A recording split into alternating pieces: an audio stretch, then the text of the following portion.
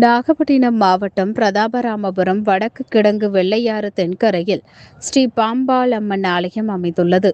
ஆலய மகா கும்பாபிஷேக விழா கடந்த 17ஆம் தேதி விக்னேஸ்வர பூஜையுடன் தொடங்கியது. தொடர்ந்து வாஸ்து சாந்தி கோபூஜையுடன் யாகசாலை பூஜைகளுடன் நடைபெற்று வந்தது. தொடர்ந்து 2ஆம் கால யாகசாலை பூஜையில் பூர்ணாகுதி நடைபெற்று கலசங்களுக்கு மகா தீபாராதனை காண்பிக்கப்பட்டு நிறைவு பெற்றது. தொடர்ந்து மங்கள வாத்தியங்கள் முழங்க கடம்புறப்பாடு நடைபெற்றது.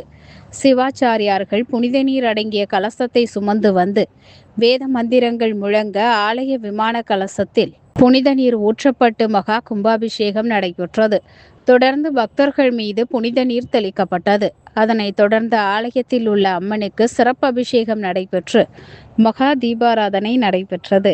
இதில் சுற்றுவட்டார பகுதிகளைச் சேர்ந்த திரளான பக்தர்கள் பங்கேற்று சுவாமி தரிசனம் செய்தனர்.